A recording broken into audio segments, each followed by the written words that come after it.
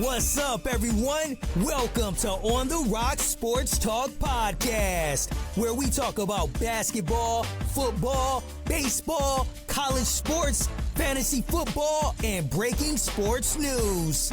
Now let's join your host, Sergeant Peeps.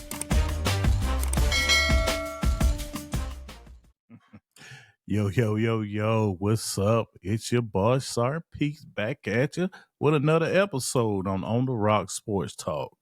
We're going to go ahead and throw up the glasses, take a little sip of your little bourbon or whatever you're drinking on before we get into this. Whew.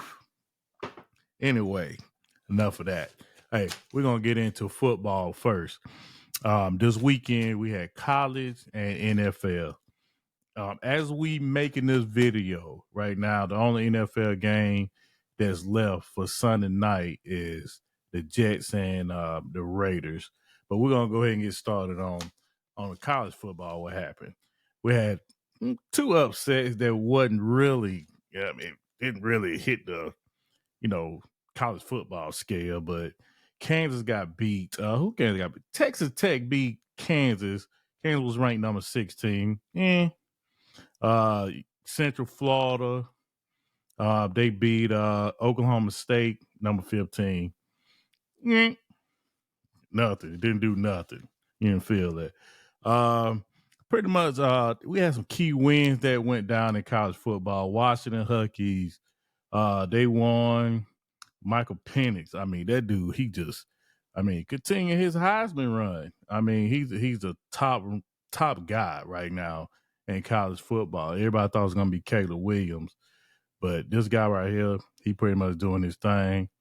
I expect him, as of right now, if it was today, he probably would get the actual Heisman. And he got his team undefeated right now in the college football playoffs right now. Let's see who else. Florida State beat. Oh God, I gotta read this shit. Florida State beat Miami. I'm a Miami Hurricanes fan. Florida State beat them 27-20. Hey, that dude Keon Thompson, he's that dude. He's that dude, man. He's a actual NFL wide receiver. This guy, that punt return he got, I think it was like 57 yards, and then he got a late touchdown. They went up 2 scores. Miami did score late. Hey, but that game was over, man. Miami ended up benching their quarterback before the game even started, and they went with a freshman, which that Florida State should have beat the crap out of Miami. I know it's an in-state rivalry, but as far as what I've seen for that, I watched the game, and Miami shouldn't have been on the field with them guys. I get it's far as an ACC matchup, in-state rivalry, recruits from Florida going against each other, see who the best. But I don't think it should have been close with all that talent Florida State got at every skill position. And they had the best quarterback on the field. And Travis, Jordan Travis, that dude too. And a matter of fact, he's 3-0 against Miami. I think he's the first Florida State quarterback to go 3-0 against Miami Hurricane. But good win for Florida State. We kept them in that BCS hunt for a title, in that college football playoffs, which I think they're gonna be in there, but they got to finish out the season. They got 2 games left, and they got the ACC championship. Well, they probably gonna play Louisville. They're probably gonna play Louisville in the championship. As of right now, if it stands right now, they'll play Louisville, which I think they'll beat Louisville and go to the BCS playoffs. I don't think nobody else gonna beat them until they get to the BCS playoffs. So that's pretty much it. Let's see who else we got that Georgia end up winning, Ohio State, Michigan, Alabama, Oregon continues to roll. These all teams in that top 10, all of them All of them rolled out. So there wasn't no shakeups in the top 10 as I know. But we're going to continue to watch out in the next coming weeks because Michigan, they got a tough schedule. I think they play Maryland, I think, or Michigan State. One who they play next. But in 2 weeks, they got Ohio State. And their coach is suspended the next 3 games. So we're going to see how they turn out. So that top 5 is going to shake up in the next couple of weeks. We're going to see who the man is up there. See who else. Yeah, that's pretty much it. Now, here's my disappointment in the NCAA. We're going to get into it. Y'all see my videos early in the season, and I was all aboard the Deion Sanders, hype train, Colorado Buffs, the culture, getting in there, everybody come to the game, they winning. They came out beating TCU. They won like 3 games straight. Then the wheels fell off. It really did. I mean, they struggled. They pretty much struggled at home. They only won 2 games. They 2-4 at home. And I mean, every home game was sold out. And this last home game was against Arizona. Arizona ranked, but Colorado had a chance to win. They was winning this game. And then Arizona pulled it out at the end, came back, won on the last second field goal as time expired. And I know Deion disappointed because they only got 4 wins. They got to win 6. They next 2 games, I think they next 2 games is Washington State, who is ranked. That should be a winnable game. Should be.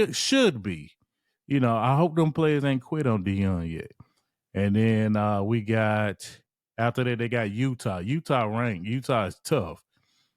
And both of these games are on the road. And it's not in Colorado. It's not in front of those sellout crowds. But I expect Deion to get these guys, riled it up, rally it up, talk junk, do what they do, rah, whatever you got to do, get these boys to win. I seen couple of nights ago, I seen he had a wide receiver. Excuse me. He had a wide receiver that decommitted. It was a top wide receiver that decommitted from Colorado. I don't know if these guys seeing these guys he got on his team, talking to these recruits like, you don't need to come here. I don't know what's going on. I also heard, I don't know if it's true. I need to look into this. Comment if you know, but somebody told me that both of his kids are transferring. Shadar Sanders and his other son that play on defense supposed to be transferring to another school. So they say Deion said that. I don't know, but I haven't looked into it. But somebody just told me that we was texting about it. So I think that's interesting. But I gotta look and see who Deion got coming in next year. I'm pretty sure I know he got some recruit, probably a top quarterback coming in. I think he do. I think there's a guy from Georgia. That's a top quarterback he got coming in. So interesting to see that. And yeah, I think Deion them, they need to bounce. They need to win the next 2 games. That's the bottom line, because that's a lot of money for their school. They get a lot of money from these sellout stadium, but hey, if you don't make a bowl game, I mean that you ain't making no money like that, no revenue, and I was already told that they weren't paying Deion like that yet. So Deion gonna need to get some results himself and get these wins. All you need is 2 more, baby. It's 2 more wins. So, and ESPN got Colorado as a 6% chance to make it to 6 games to be bowl eligible. Yeah, I don't know if that's gonna happen. Don't know, but stay tuned. We're gonna keep up with that on this channel. So tune in next week. We'll see what they do against Washington State. Because if they lose against Washington State, It ain't happening. You do the math. But let's go on to the NFL. So NFL recap for the weekend. You got Detroit and Seattle pull out victories today and close wins. As you can see, Detroit. I think Detroit they went against the Chargers. It was a shootout between against Herbert and Goff. It was a really good game, but Detroit pulled it out at the end on that field goal, and I question Herbert and the Chargers because they lose close games, man, and they just not producing. And I mean, they ain't been the same. They need to. I think they need to fire their coach and go another direction. Herbert a nice quarterback. He really is. They got a nice team down there. They got a nice defensive front with Khalil Mack, and you got the Bosa brother, one of them down there. And I mean, they got a good secondary, safety, and I think they should be doing more than what than they should, because Keenan Allen, the running back, what's his name? Azia Eckler. I think I said his name wrong, but yeah, Eckler, him. They got him. They got a nice team, bro. They should be better than what they are. I know Herbert been banged up. I think a broken finger, but I still think he should be making more plays than what he's doing now to give him a better record. I know they've been losing close games, but hey, you got to pull these games out. I'm sorry. If you're elite quarterback in this league, you was a first round pick in the 2020 draft. I think you was like the third quarterback taken. I think it was Burrow. And then Tua. And I think it was him. Pretty sure it was him. And I think it was Jordan Love. Somebody else. But I know all the quarterback got drafted. But the GOAT got drafted the second round, Jalen Hurts. But that's another day. We'll talk about that another time. So, but yeah, that Detroit game was a good one. Then you got Seattle. They played against Washington Red. I'm sorry. I almost had to do 10 push-ups. Washington Commanders, which was it was a good game. Washington Commanders came out throwing. Sam Howell, I mean, he top 5 at passing, and he had over 300 yards again. And he's proven to be our quarterback of the future for the Commander. I was about to say it again, for the Commander. So that was a good game. They started off winning that game, and then Geno Smith just, him and Tyler Lockett start locking up at the end, and hey, they wanted at the end, and Commanders just couldn't get enough pressure. If they would, they probably had Sweat and Chase Young there still, they probably would have won this game, but they traded all the pieces away. So shout out to the Seattle for pulling that win out to stay. I ain't gonna say they tied right now with the 49ers in the NFC West, and that's gonna be a good race because these teams, if they not played yet, I don't know. I know 49ers 2-0 in their division. They 1-1. I don't know if they played or what, but if they didn't, they got to play twice. But if they, at least one more time, I know they play. But I don't know if they played already or not. But it's gonna be a battle going on the stretch because whoever win that division probably gonna be they are gonna be a higher seed because as far as the Rams and Arizona not in it. And the Rams not in it either. I think they are below 500. So it's going to be between the Seattle Seahawks and the 49ers as far as that West goes. And I know 49, they want that home field advantage. So they want to keep winning. They have to keep winning to keep pace with teams like Detroit, who's one game up on them, and you got the Cowboys who got the same record as them, who trying to keep pace with them, but the 49ers got a tiebreaker. They beat them by 30, and you got the best team in the league right now. Yeah, Philadelphia Eagles, 8-1 on a bye week.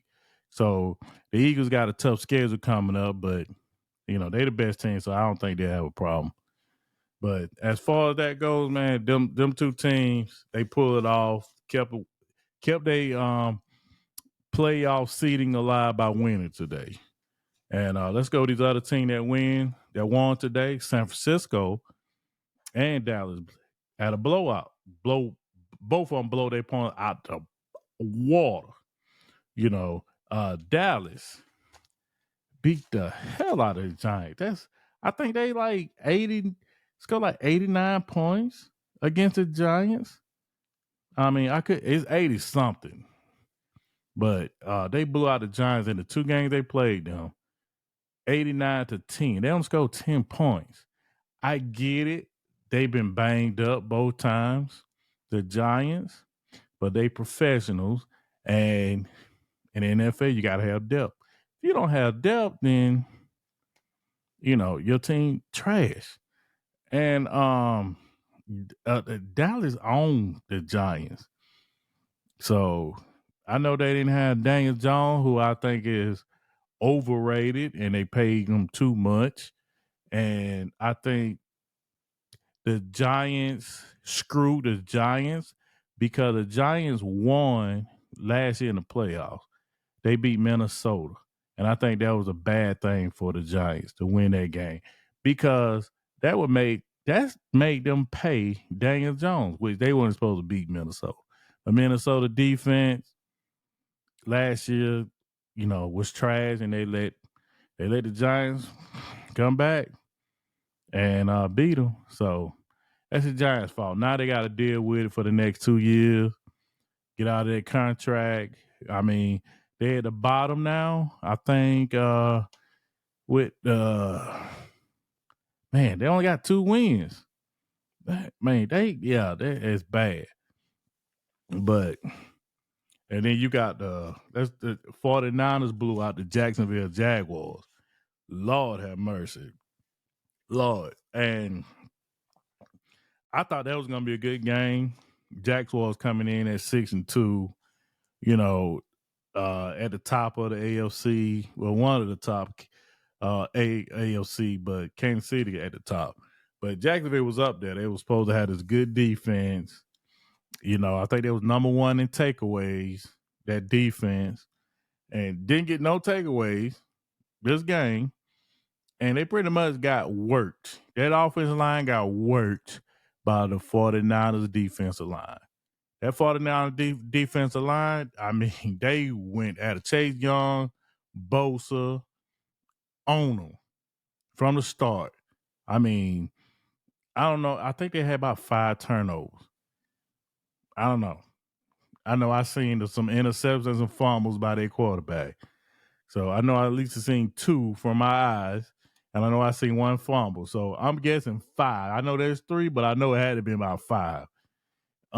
2 more that wasn't accounted for. I mean, I'll look at it later if I'm wrong. But I'm pretty sure it's probably about 5. But they beat the shit out of the Jacksonville Jaguars. And I was disappointed because Trevor Lawrence supposed to be that dude, And they had Eaton in the backfield. Hell, I don't even know if he did anything. But yeah, I was disappointed in this game. I knew 49 was gonna win. They had to win. They had Debo back, who was injured the last 3 games, and they had Trent Williams was out, and he came back. And well, actually, he was questionable for this game, so they didn't know he was coming, but he was healthy, so they were expecting to win. Even without Trent Williams, I expected them to win. But They got it done. I think they beat them by like 30. And on the road too. They traveled from all the way from San Francisco, Northern California, all the way down to Florida to a 1:00 game. I mean, that's hard to do. You know, your body all, San Francisco, they at 10:00. 10:00 game on 3 hours different. They bodies in 10:00 mode, coming from way on the West Coast. But shout out to San Francisco doing their thing. 6-3 now. That losing streak gone, 3-game losing streak, which I still think they one of the best teams in the NFC. One of them, even with them 3 losses. I mean, shit happens. And big shout out to Debo coming back. I think that was a key for him too. And man, because the dude energy is, if you see how they came out and the first of the game with that boom ball, they be lit. And that energy, I mean, you got to match that to start the game. So shout out to San Fran for the win. But let's see who else. Minnesota Vikings. Here goes some more team. Minnesota Vikings. Minnesota Vikings stayed hot because they won 5 straight games while losing their best playmaker, Justin Jefferson. He been missing the last 5 games. They won 5 straight, bro. And 2 weeks ago, they lost their quarterback, top 5 in the league in passing at the time. Top 3. And they lost him. And they still went 5. They won 5 straight games. I mean, with him, they won 3. But the last 2 they won also. And they traded for Joshua Dobbs from Arizona. At the trade deadline. They played a rookie last week and put him in the game. He came back and won the game. So, and then this week they started him, Dobbs, and he outplayed Carr. Carr got hurt. I know he got hurt, but he still outplayed him. And Minnesota won the game. They won 5 straight in the playoff hunt. They are a couple games behind, 2 games behind Detroit. But I think they in the 7th seed in the playoffs right now in the NFC. So they keep winning. Whew, never know. That Josh Dobbs, man, he's doing his thing with Minnesota now. So we'll see what happens going further down the road with Minnesota. Because they gonna get Justin Jefferson back, I think, next game. So that's pretty big too. Let's see what else happened. Yeah, it's halfway through the season, so everybody jogging for playoff position. All right, that's enough for my recap for the NFL, NCAA for the weekend. Now, right now, I want to go with my players, shot players of the weekend. I'll do a shot for the player who I think who did the best for the weekend. Whew, shit. My first play, I'm gonna do 2. My first, listen to that, 372 yards passing, 234 yards rushing, 5 touchdowns. That's crazy. Name a player that's doing that. So big shout out to him. That's my shot of the week, because kind of like the player of the week. You know what I'm saying? I just throw a shout out for him. Shout out to him. My next player, honorable mention. Shout out to Tyrese Maxey, an NBA player. We didn't go to the NBA today, but his shot came on today. And I watched some highlights of it, and the game came out. They actually showed the last of the 4th quarter, and he had like 40. And I was like, oh, dude, he going to get about 50. And he was just raining them. And he ended up having 50 points. I think they played against Indiana Pacers. 50 points, bro. 50. That's his career high. And right now, that team, the 76ers, they won 8 in a row. I think they got the best record in the league. I know it's between them and Denver, but I think they got the best. They 8-1. I got to check to see what Denver record is and Dallas, but that's in the NBA. But I think as far as Philadelphia 76, I mean they've been balling out, bro. Joel Embiid and Maxey, yeah, you can't stop them. Ever since they traded Harden and they've been balling. The chemistry between them two been unreal. So we'll see how this keeps up, because Boston was the hot team starting off, but 76ers beat them. So, I mean, I guess they're going to be the team to beat. You know, Milwaukee don't lost at least 4 games. So, with Greek Freak and Dame time up there. So, hey, NBA going to be answering, especially in the East. Hopefully we get to witness this Maxey and Embiid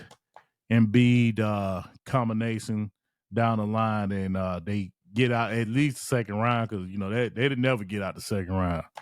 But getting rid of James Harden was a good thing, I see, and it's letting Maxey develop and get more playing time. And they got to share with Maxey. So what Max is sharing with James Harden with his playing time, and so hey, I'm here for it, man. And he also dedicated this win to Kelly Oubre, who got hit. He got hit by a car this weekend too. So they say he broke a couple of ribs, bruised up. So shout out to him. Hope he get better soon. But they say he out for the season. You know, so it must have been that bad. Shout out to him. You know, hope you get well, Kelly. Yeah, that's my shot like play of the day. Let's see. All right. Sports roundup. Let's go out sports roundup for the for sports for the whole weekend, the week, or whatever.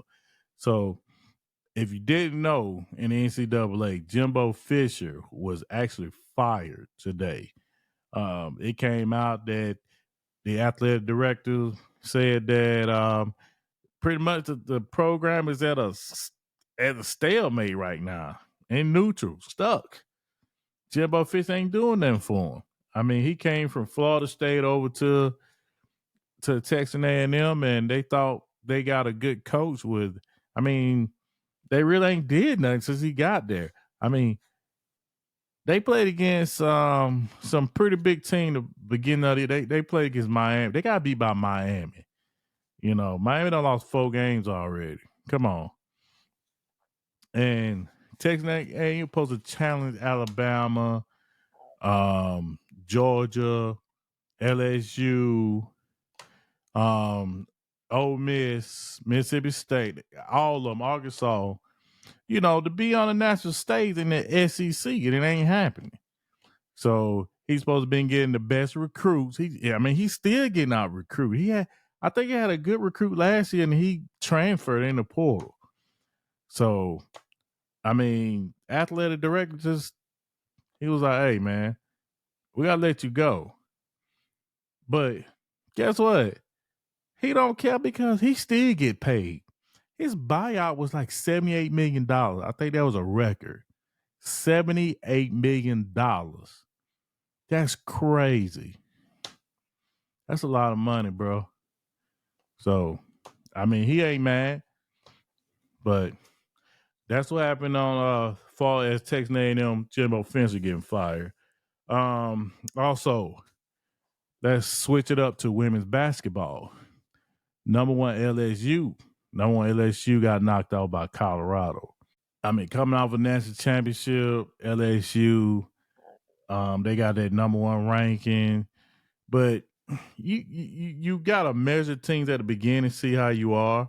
You gotta mesh in training camp, all that. So, I mean, Colorado was. I mean, they celebrated like they won a championship after that. They was doing the little wrist thing, and so I mean, I think it was a little premature to be celebrating like that, but LSU, they got beat, which I mean, they just got a transfer. I think the girl come from Stanford, and she can shoot. And I mean, she did her thing, but they couldn't do. And they got a nice freshman over there at LSU. She was buckets. That girl, she was buckets.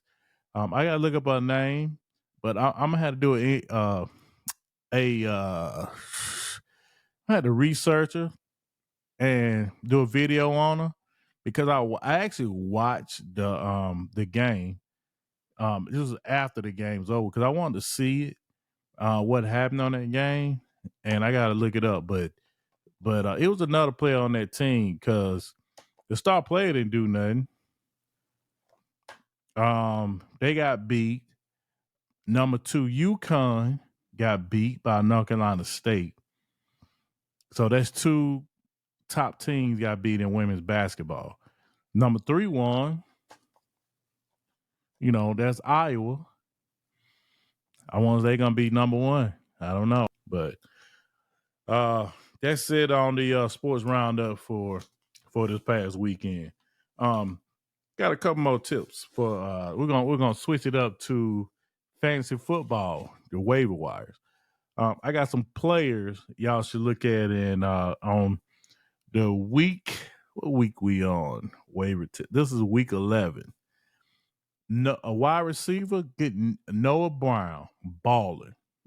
Dude had 150 yards receiving the last 2 games. I think this past game he had over 170. So, and a touchdown. So I don't think in my league, I know he's available.